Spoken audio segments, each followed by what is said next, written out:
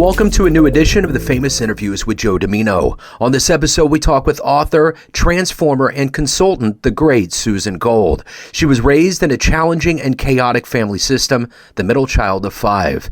To fully thrive, she bravely chose to meet the demons of her upbringing that were continuing to repeat. Her book, Toxic Family, Transforming Childhood Trauma into Adult Freedom, is about that journey. Professionally, Susan became known for attaching celebrity talent to projects in New York City, which led her to produce for television and film and onto Los Angeles. She convinced the modern art legend Andy Warhol to do an on-camera commercial for Pontiac, and on behalf of the Disney Channel, persuaded A-list celebrities like Ben Stiller, Jack Black, Taylor Swift, David Beckham, and many more to be interviewed by the cartoon characters Phineas and Ferb. Susan is a decorated endurance athlete competing in 3 marathons and dozens of triathlons, and has the distinction of finishing 3rd in her age group at the treacherous Escape from Alcatraz event. All of this is emblematic of her defined prowess. Enjoy this interview. Hi, Susan. How are you? I'm wonderful. It's Joe Dimino. How are you today? I know. I'm so excited. I feel like I'm speaking with a celebrity. Oh, no, not me. It must be somebody else. I did my homework, Joe. You've done so many podcast episodes and so many interviews. I feel like you're the celebrity. Oh, no, not at all. I love doing this, and I love this podcast community. And you're prolific yourself. You're high up there, and you're very busy. I had no idea, and I actually was just introduced to Podmatch about maybe 2 months ago, but I just love the platform. I think it's really great for matching people, and I've had some really interesting conversations that I would not have had the opportunity to have. I agree. Yeah, I agree with all of that. I got approached in May, and I had never heard any kind of concept like this where, you can have an algorithm that would match people. There's a chance that there would be some level of monetary retribution. And I'd always kind of thought about branching out, and for whatever reason, the universe knocked on the door and I opened up, and I really feel so much more fulfilled in what I do. I love jazz and love jazz radio, but there's so many people out there, and I think especially now with such a divided world that we're in, especially politically, there's a therapeutic element that goes into this process of interviewing and getting to know people. We get to realize that there's a lot of really cool, interesting people in the world, and it's such a good, peaceful way of coexisting with each other and finding out what we do. Yeah, so well said, and I agree wholeheartedly. Yeah, so at any rate, it's great that we bumped into each other here. Thank you for taking a minute out, and I want to begin everything with, we went through quite a thing with the pandemic the last 3 years, and we're coming out, the world's waking up. How did you survive that time period? How has it changed the way that you live your life and conduct business now? Wow, what a great first question. What a great leadoff. So the pandemic surprised me as it surprised most, but I had a leg up in that I worked from home for most of my career. I was a consultant. Even as a television producer, there were long periods where I worked from home. So I was familiar with all that, and I was very comfortable on video conferencing calls and all that kind of thing. So that wasn't so disruptive, but what was the isolation. And also what was uncomfortable was coming to realize that I had been living in urban cities for a long time, New York and Los Angeles, and I was getting more in touch with frequency and with energy. And what I realized was I had an expiration date for urban life, even though I was happy. And I transitioned to rural living, where I'm very happy and living quite differently. So let's get into the essence of who you are and what you do. And I want to know, you see something on paper, but it's always better if it gets explained. And I'm going to have you do it this way. I'm going to put you in front of a bunch of grade school kids at a career day, 3rd graders. One of them looks up and asks, what do you do for a living? How do you answer that child? Well, I help people with their problems, and I help them be brave and be honest with how they feel inside, and I help them live happier and better. So I know that, you had toxicity growing up and there were things that happened in your childhood. So my question to you is, where were you born and raised, and how did the seeds get into you specifically that became who you are? Because it's not like you have a job where you're just going in someplace and coming home. You're really out there actively helping people and giving of yourself. How did that happen? How did those seeds become you? Well, I grew up in also rural terrain, central Pennsylvania. I was the middle of 5 children with 2 brilliant but, rattled adults, pseudo-adults at the helm. It was abused and damaged children, Joe, raising abused and damaged children. My father's a genius. He's an astrophysicist. But in my opinion, and certainly when I was with him growing up, I viewed him as an alcoholic. The whiskey bottle would uncork at 7:30 in the morning and you'd hear glug, glug, glug. And when he came home, whenever that was, he had this funny smell of whiskey and sort of scope mixed with Old Spice, which I actually equated with romance. And my mother, she was equally as brilliant, but didn't have the opportunity. Her chance for higher education never came. But what did come was raising 5 children in very short succession. And she was prescribed diet pills. She was a compulsive overeater, and diet pills equaled speed back then. So it was an alcoholic and a speed freak at the helm. And I also believe, in hindsight, that my mother suffered with mental illness. Her moods would switch on a dime and out of nowhere. So there wasn't a sure platform growing up. So the one thing I'm curious about, and this is something that you do with helping people out, is that we all have, I think, sometimes these blinders with our lives. Like, this is the life I know. And you have friends and you see things around you that are different from the way you grew up. How do you ultimately look into your life and say, oh, my God, I was really not okay. Things were not okay. How do you cross that bridge? Because sometimes I think it's easier now. Mental health is more of a topic that people are willing to address and deal with, especially post-pandemic. But I think it's still one of those things where it's like, yeah, get over it, grow up, pull up your bootstraps, that kind of thing. So I guess my ultimate question is, how do you get to the point where you recognize, oh, my, this wasn't okay. This was something I have to address in my adulthood and fix?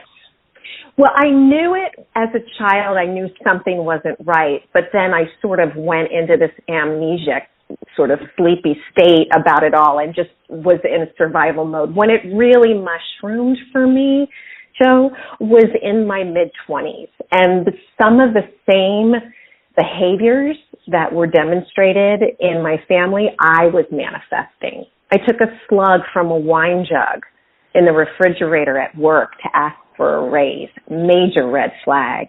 I was in abusive relationships and couldn't sort of extricate myself from them. There was a lot of drama. It was easier to lie than tell the truth. And then I got lost in all my lies. So I knew something was wrong. That makes sense. So when you were young, what did you want to be when you grew up? What was your dream? I used to watch Barbara Walters on my beanbag, on my belly in my basement.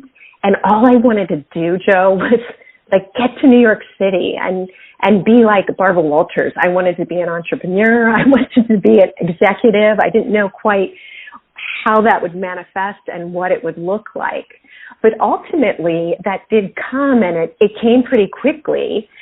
And one of my first jobs was working at a large global talent agency, and I wasn't earning enough. So I began personal training on the side, and Barbara Walters actually became my personal exercise client. Wow, that's a trip. I hear she was a wonderful human. She was amazing. She was incredibly intuitive, and she was a girl's girl. I mean, she just was very straight on when you were in her presence. And she actually really was supportive of other women, specifically supportive of me. I rang her doorbell one morning at 7 for our session. She took one look at me and she said, "Get in here. What is going on with you?" And being the great intuitive and interviewer she was, she got it out of me within minutes. And I had left ICM to work with the agent that I had been working with at ICM. He negotiated overscale contracts for celebrities for commercials, and I learned a great deal in that career move.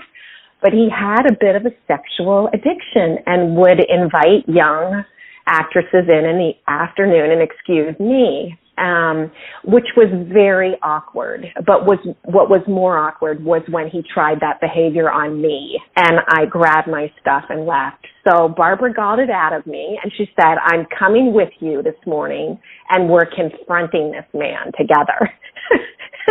Wow. And I said, I think I got it. I think I'm okay. And I did confront him that very day on my own, and he promptly said, "Get all your things. You're dismissed." Wow. That's a great story. I mean, that's like, it's the side of the celebrity that you don't really understand. You hear all these things, especially after she passed. I didn't hear anything but wonderful things, but it just holds up to all of the things that have been virtuosic that we've heard about her over the years, for sure. So speaking of Barbara Walters and having influential, towering people that you look up to, who has consistently in your life been a role model or kind of a hero for you?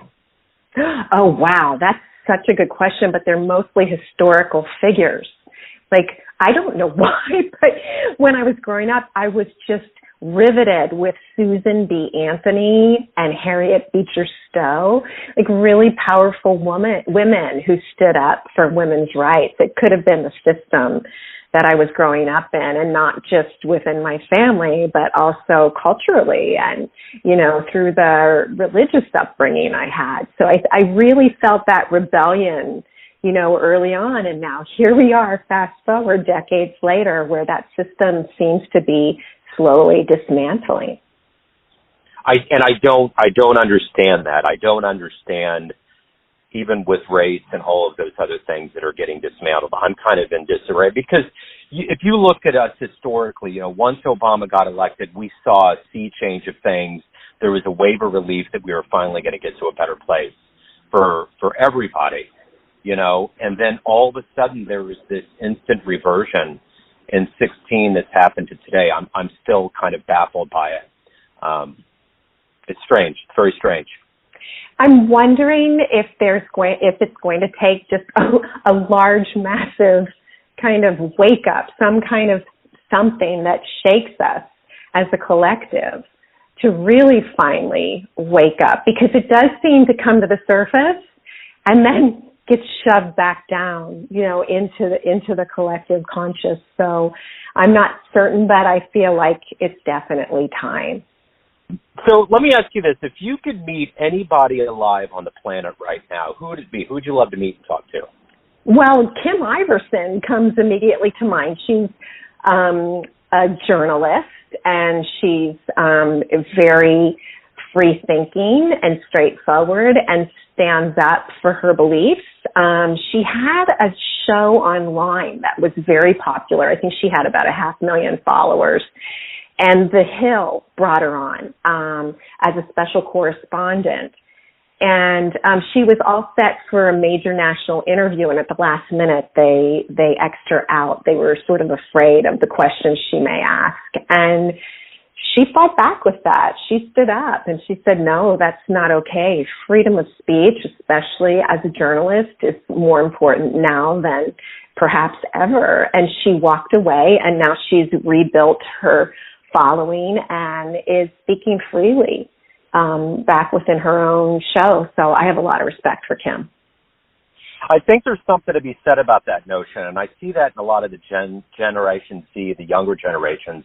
It's setting up things independently so you don't have to worry about having controlling interests over you, and I think that takes a lot for people to do it. I think it's very essential in journalism because there's so many talking points that will get kind of thrown into your agenda that you have to do. So I think that that's a really good template right now moving into this modern post-pandemic era. Yeah, I have to agree, and I actually hope that also begins to sprout and grow. Yeah. And I think that's the reason why podcasting is so popular, and the reason why it's taking off is it's because there are real, true, genuine, authentic stories that are happening out there that will not get moderated or edited or censored by large corporations. And I think that's very, very necessary. For all of the things that tend to be on the radar for Americans, I think the big thing for us to realize is that one of the very central tenets of the very early founders and the early wave of kind of getting Britain off of our back was that we had the freedom to express those feelings. So anyway, I think it's very important, especially in that example that you pointed out there. Well, Joe, and actually, I'd like to compliment you. I mean, you've done so many podcast episodes, produced so many fantastic interviews, and it's a huge tribute to your tenacity and your ability as a professional. I just heard a statistic. I think there's 3 million podcasts. There's 400,000 that are actually active, and the average life of a podcast is 6 episodes, if I have my stats correct. It's staggering. You're totally right. And thank you for the kind words. And it is. And when I hear that, because there's just, I mean, the kid down the street has a podcast, but it's like, how long does that go on? I remember, I'm also a visual artist in Kansas City, and I remember around the time, right after my son was born, Miles, he's 18 now, and right after he was born in about 04, 05, I got a show in Kansas City in our Crossroads Art District, and it was one of those places where you wanted to have a First Friday, and I remember the person that had the gallery, I'll never forget this. She said, "This is really big, this is great, but what are you going to do after this? Because you don't see a lot of people after this." And there's something to be said about longevity, and I talked to a lot of people about that, especially musicians that have been around for a long time. That takes a lot. Like, there's staggering examples of people like Mick Jagger, but there's also stories from, say, the world of jazz, like, Bill Frisell and all these other guys that have consistently stayed relevant and consistently evolved. And I think it just shows the inner workings of how much they actually love what they do. And if you do that, which is what we're all told to do in kindergarten, find what you love and it won't be a job, I think it just makes it easier for you to push through. But yeah, that podcast statistic is crazy because it's totally true. Well, so. I want to compliment you. I mean, I've been to your website. It's really beautiful. I mean, it just gave me chill bumps, when I finally found it. Just what you're doing in your own community and your belief in the arts and culture and how important that is to communicate and to truly keep our spirit and our soul free. So thank you. Thank you. And I got to say one example of that that's been kind of a reciprocating thing is I remember I listen to KCSM, which is a jazz station out of San Francisco, and I always used to put it on in the morning. And I remember when the pandemic started, it was around like the 13th or 14th, the morning I woke up. And I remember, I think I had the radio on, but I couldn't hear anything. The blood was just pulsing through my head. Like, my son's special needs, he's on the autism spectrum, and the two things that he loved the most in life is school and baseball. And the season was stopping, no school, and I was like, what am I going to do? Like, what's going to happen here? And I was just really kind of going through it. And then I had all these interviews scheduled, and I'm like, okay, I'm going to keep doing it.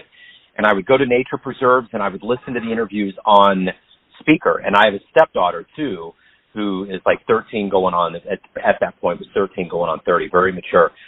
So when I would go drive around with them, I would have these interviews from all over the world on, and they would listen to these jazz musicians.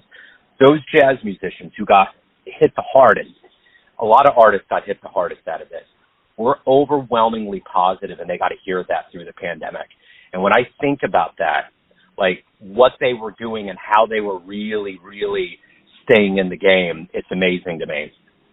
So I've always used that as an example. And I did like 3 times more interviews than I ever did in my entire life. I was constantly interviewing, and it was just really good. And I think there was a certain amount of them that just felt relieved that there was someone that cared, that made sure that they were relevant, even though they couldn't release albums or play live. So anyway, there's a big reciprocal circle of things that exist, and I always think about that time period being in podcasting, and I would have never imagined in my life, there's nowhere in my brain that would have said that podcasting would become as popular and as hip and cool as it is now. Nowhere. Not even in a slight iota in my brain would I have thought that would have happened.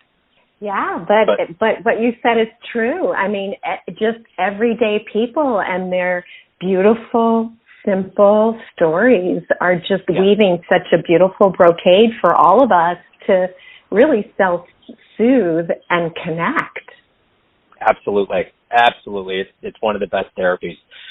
So, speaking of motivation and doing the things that you love to do, what is it for you? The alarm clock goes off, we get out of bed, we do our day. What is it that's the ultimate motivator for you to get through your day and accomplish what you want to get done? Well, for me, it's stepping off the wheel of an over-traumatized central nervous system. It's getting out of the PTSD. It's slowing my breath. It's even understanding I have breath and that I have this moment. A mentor of mine says, you never know when your exit plan, your exit date is here and up. So, appreciate what's in front of me. And I've used that multiple times, especially, when the fear has just been tsunami in proportions. And it's such a shift to see my day as a potential for experiencing heaven right here on earth, rather than twiddling my thumbs in my anxious way, wondering, when it's all going to blow up. That sounds a lot like, if you boil that down, that's existential empiricism. There's a level of just grabbing it and going and let the past go. The one beauty of doing so many interviews and getting to know and to meet so many people is that I can tell pretty quick that there's a level of well-traveled wisdom, and you have that. And I'm wondering if you had a dream tonight and you run into the 20-year-old version of yourself, and you could give that version of you a piece of advice based on what you've learned in your life, the wisdom you've gained, what would you tell your young version?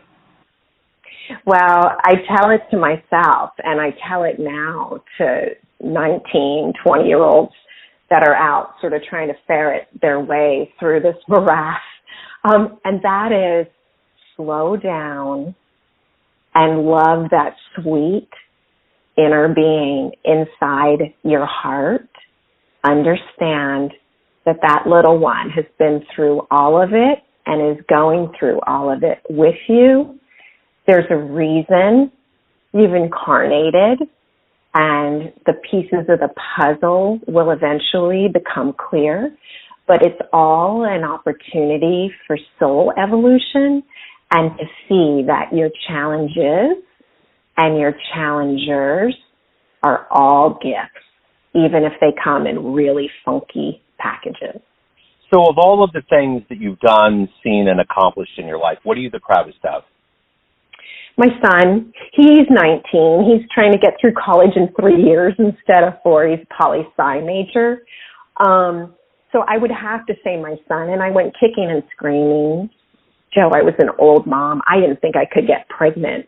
My friends were all, having injections in their 30s, and here I was 42 and pregnant within weeks and had a natural birth, 10 hours door to door. I was 43 when I delivered a healthy, strong, loving, sensitive boy. So that's been my greatest privilege. But believe me, I went kicking and screaming and wasn't sure I was up to the task, especially considering the upbringing that I had. I didn't want to foist that kind of trauma onto another being. But I've also done a lot of work on myself, and I've been blessed to have a lot of teachers, a lot of soulful experiences, a long time meditation practice, endurance, athletics, all that kind of thing. But yeah, my son, hands down.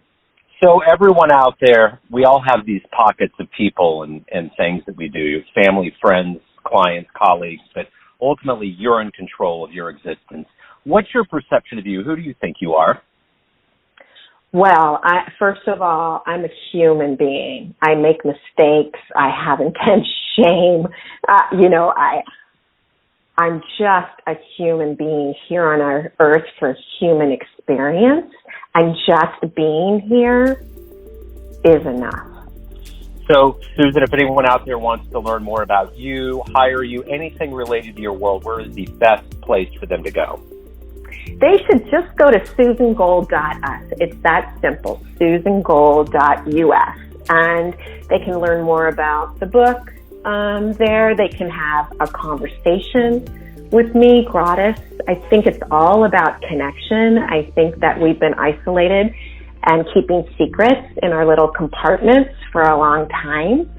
So, don't be afraid to reach out. I'd love to connect with you and hear your story one-on-one. Wonderful. Susan, this has been amazing. Thank you for being so kind and open. You have wonderful stories, a great story. You're a titan in this Podmatch community, and I'm so glad that we had the chance to connect today. So best of luck with everything. Joe, you too. I look forward to listening to more of your episodes. Thanks for tuning in to another famous interview with Joe Dimino, where we cover the world of art, literature, business, spirituality, music, and more from around the globe. If you want to hear more interviews, visit the Famous Interviews with Joe Dimino channel on YouTube. You can also find us on Spotify and Apple Podcasts. Thanks again for listening, and until next time.